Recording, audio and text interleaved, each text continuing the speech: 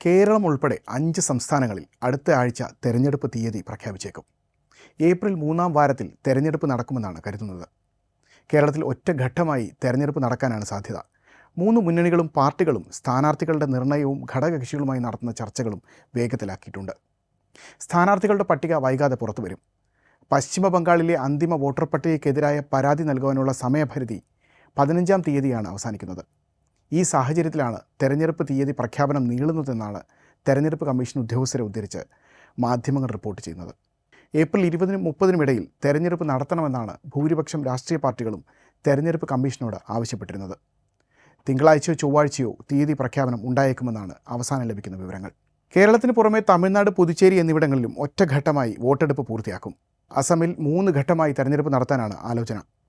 പശ്ചിമ ബംഗാളിൽ 5 ഘട്ടമായാണ് വോട്ടെടുപ്പ് നടക്കുകയെന്നാണ് ഇനിയിപ്പോൾ ലഭിക്കുന്ന വിവരങ്ങൾ.